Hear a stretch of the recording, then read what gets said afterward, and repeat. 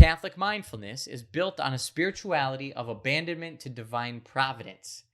So this means, very simply, that if God is a father who takes care of us, who's bigger than us, and knows every hair on our head, and loves us, then all will be well, even if we can't see how or why.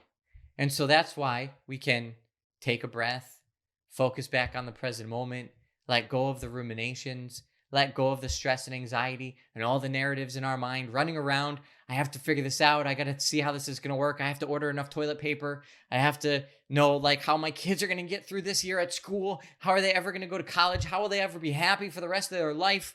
And on and on and on with all these ruminations. Wait a minute. Oh, wait a minute. I'm not in charge.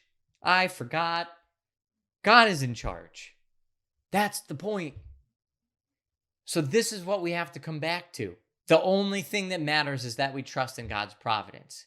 And I don't mean that in some kind of abstract way.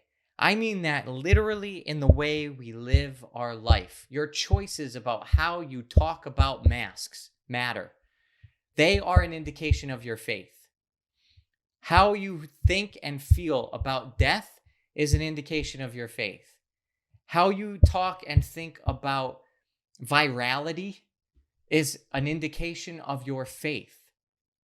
How you talk and think about restrictions and community and how you give yourself to other people. And you know, I have to be honest, when we were in the beginning of this thing, you know, I was dumbfounded by the lack of faith that I saw in people whom I know well and in normal circumstances are faithful people. But in these kinds of circumstances where we have moments where we get tested, this is when it matters. And this is in the scripture. What will we say? How will we respond when we're tested? This is the thief in the night coming to take us off guard when we're not looking for it, when we weren't watching for it. What do we really believe? Do we really believe that God is a father who loves us and takes care of us infinitely better with more knowledge and more love than we could ever imagine having for ourselves? Because that's why you could have peace in the midst of a pandemic. That's why you can have peace if you're on your deathbed or if your loved ones are on their deathbed. And even, dare I say it, if our own children were on their deathbed. And God forbid anybody has to deal with that kind of pain. But peace is possible when we have that kind of faith. And at the end of the day, this is what matters.